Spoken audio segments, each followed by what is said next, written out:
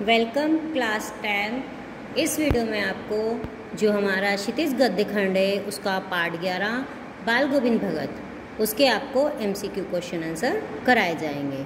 आप लोगों ने एक्सप्लेनेशन की वीडियो देख ली होगी और आपने चैप्टर की रीडिंग भी कर ली होगी। नहीं करी है तो चैप्टर की रीडिंग ढंग से करें, MCQ क्वेश्चन हमारे तभी सोल्व हो पाएंगे।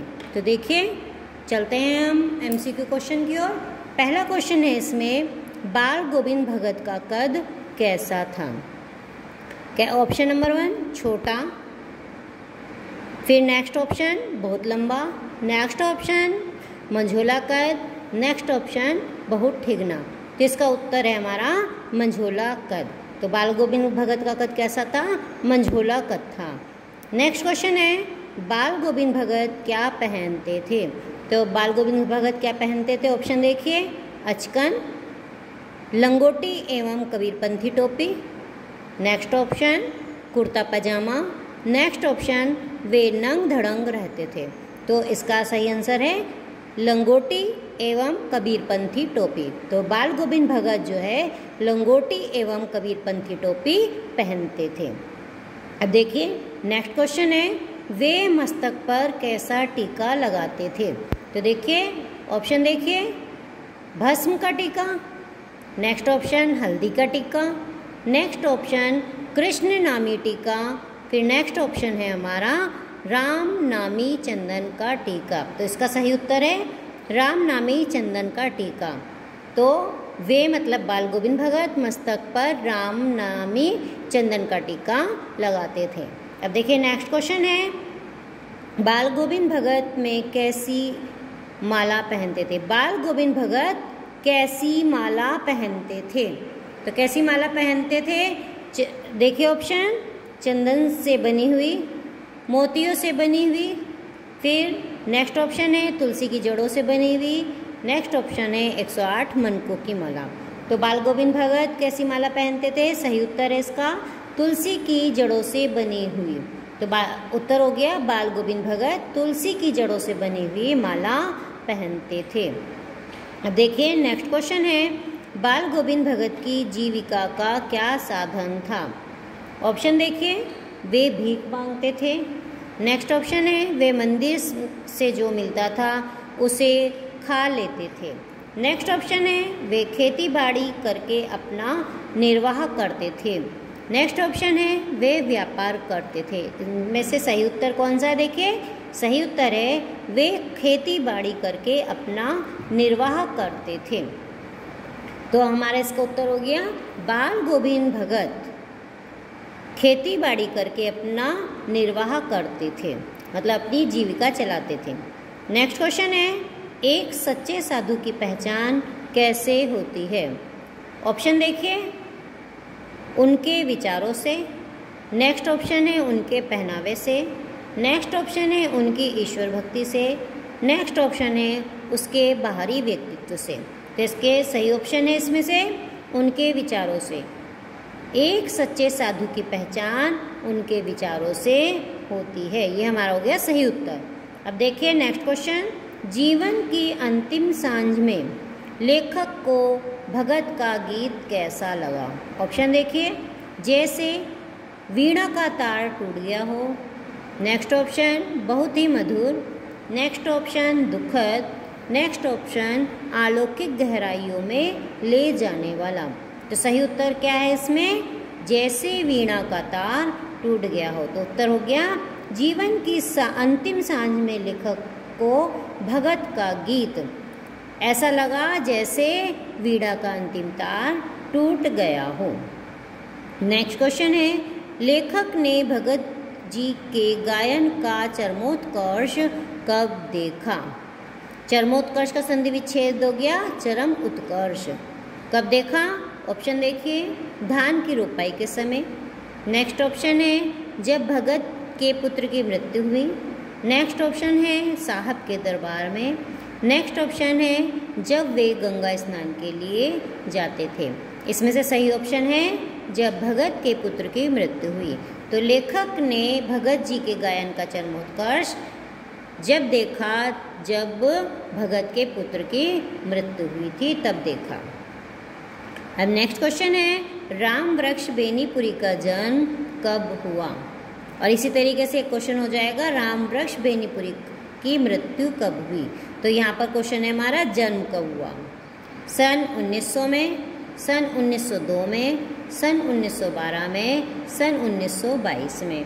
तो इसमें से सही ऑप्शन है सन 1902 में, मतलब राम वृक्ष बेनीपुरी का जन्म सन 1902 ईस्वी में हुआ था। अब देखिए जन्म के साथ साथ आपको इसीलिए कहा जाता है जन्म और मृत्यु दोनों याद करें। जन्म ये हो गया, मृत्यु हो गई उनकी 1968 में, मतलब 1902 में तो जो है इनका जन्म हुआ था और 1968 में इनकी मृत्यु हुई थी। अब देखिए नेक्स्ट क्वेश्चन, कबीर में बाल गोविंद भगत की श्रद्धा का क्या कारण था। कि कबीर में जो बाल गोविंद भगत श्रद्धा रखते थे उसका क्या कारण था। ऑप्शन देखिए, कबीर निर्भीक संत थे। नेक्स्ट ऑप्शन, कबीर छुआछूत जाति प्रथा के विरोधी थे। नेक्स्ट ऑप्शन, कबीर पाखंड के विरोधी थे। नेक्स्ट ऑप्शन, उपर्युक्त सभी कथन सत्य हैं। तो इनमें से जो सही आंसर है वो है उपर्युक्त सभी कथन सत्य हैं, क्योंकि बाल गोविंद भगत कबीर में यही सब चीज़ें देखते थे। तो इसका आंसर ये सारे चीज़ें, सारे कथन जो हैं वो सभी सत्य हैं। अब देखिए नेक्स्ट क्वेश्चन की ओर, भगत जी का कौन सा गीत लोगों को चौंकाता, मतलब कौन सा गीत था जो लोगों को चौंकाता था। तो देखिए पहला, मोको कहाँ ढूंढे बंदे। नेक्स्ट ऑप्शन है संतो आई ज्ञान की आंधी। फिर है गोदी में पियवा चमक उठे सखियाँ। फिर नेक्स्ट क्वेश्चन ऑप्शन है इसमें राम मोहितारी कहाँ ले जाए जे हो। तो इनमें से सही ऑप्शन है, जो सही उत्तर है वो है गोदी में पियवा चमक उठे सखियाँ। भगत जी का ये गीत लोगों को चौंकाता था। अब देखिए नेक्स्ट क्वेश्चन है, बाल गोविंद भगत किस कारण से साधु कहलाते थे। ऑप्शन देखिए, आचरणगत शुद्धता के कारण।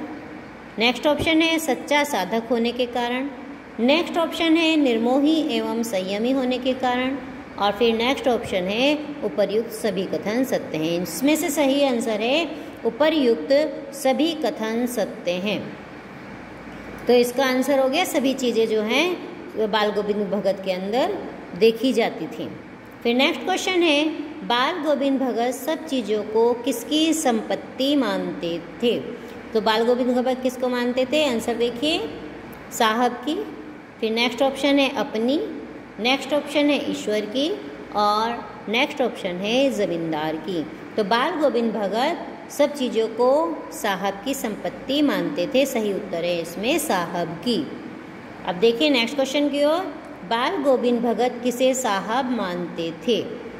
किसे साहब मानते थे। ऑप्शन देखिए, रामानंद को, विरजानंद को। नेक्स्ट ऑप्शन है नंददास को। नेक्स्ट ऑप्शन है कबीरदास को। देखिए सब चीज़ें साहब किसे मानते थे।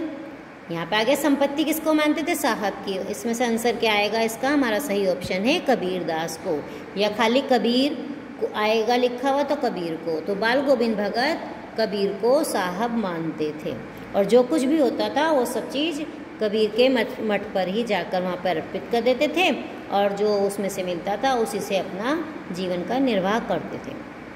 अब देखिए नेक्स्ट क्वेश्चन है हमारा, लेखक भगत के किस गुण पर मुग्ध था। किस गुण पर मुग्ध था। ऑप्शन है मधुर गान पर, उनके भोलेपन पर, सरल हृदय पर, या इनमें से कोई नहीं। तो भगत सही उत्तर है इसका हमारा मधुर गान पर बन गया। देखिए से लेखक भगत के मधुर गान पर जो है मुग्ध था। वो इतना मीठा गाते थे जिस पर जो है लेखक और वहाँ के जो लोग थे वो मुग्ध हो जाते थे। फिर नेक्स्ट क्वेश्चन है, आषाढ़ में खेतों में क्या चल रहा था। आषाढ़ के मौसम में खेतों में क्या चल रहा था। ऑप्शन देखेंगे उसके अकॉर्डिंग ही हमें आंसर लगाना है। ऑप्शन देखिए, आकाश में बादल घिराए। नेक्स्ट ऑप्शन है धूप नहीं दिख रही। नेक्स्ट ऑप्शन है दोनों सही। और लास्ट ऑप्शन है दोनों गलत। तो सही उत्तर है इसमें दोनों सही। आषाढ़ में खेतों में या उस समय आसमान में बादल घिराए थे और धूप भी नहीं दिख रही थी। ये हमारे दोनों ऑप्शन सही हैं। तो उत्तर हो गया हमारा दोनों सही, मतलब क और ख सही। फिर नेक्स्ट क्वेश्चन है, भगत जी का बेटा कैसा था। भगत जी का बेटा कैसा था। ऑप्शन देखिए, समझदार, सुस्त और बोदा। फिर नेक्स्ट ऑप्शन है बुद्धिमान, नेक्स्ट ऑप्शन है चालाक। तो इसमें सही आंसर है हमारा सुस्त और बोदा। तो भगत जी का बेटा सुस्त और बोदा था, मतलब बहुत कमज़ोर था। नेक्स्ट क्वेश्चन है भगत जी की बहू उन्हें छोड़कर क्यों नहीं जाना चाहती थी। ऑप्शन देखिए, सामाजिक मर्यादा के कारण। फिर नेक्स्ट ऑप्शन है संपत्ति के लोभ में। फिर नेक्स्ट ऑप्शन है पति से प्यार होने के कारण। और फिर नेक्स्ट ऑप्शन है ससुर की चिंता के कारण। तो इसमें से सही आंसर है हमारा ससुर की चिंता के कारण। भगत जी की बहू जो है उन्हें उनकी चिंता की वजह से ही नहीं छोड़कर जाना चाहती थी कि फिर इन्हें कौन खाना देगा, कौन पानी देगा, कौन इनका ध्यान रखेगा, इसलिए नहीं जाना चाहती थी, उसे अपने ससुर की चिंता थी। नेक्स्ट क्वेश्चन है भगत पुत्र की मृत्यु पर पतोहू को क्या करने के लिए कह रहे थे। ऑप्शन देखिए, रोना बंद करने को। नेक्स्ट ऑप्शन है रोने के बदले उससे मनाने को। फिर नेक्स्ट ऑप्शन है अंतिम कर्म की तैयारी करने को। और नेक्स्ट ऑप्शन है इसका धीरज धरने को। तो जो है सही ऑप्शन है, सही आंसर क्या है हमारा, रोने के बदले उत्सव मनाने को। तो भगत पुत्र की मृत्यु पर पतोहू को रोने के बदले उत्सव मनाने को कह रहे थे। वो ये भी कह रहे थे कि ये तो खुशी की बात है, आत्मा परमात्मा में जाकर मिल गई है।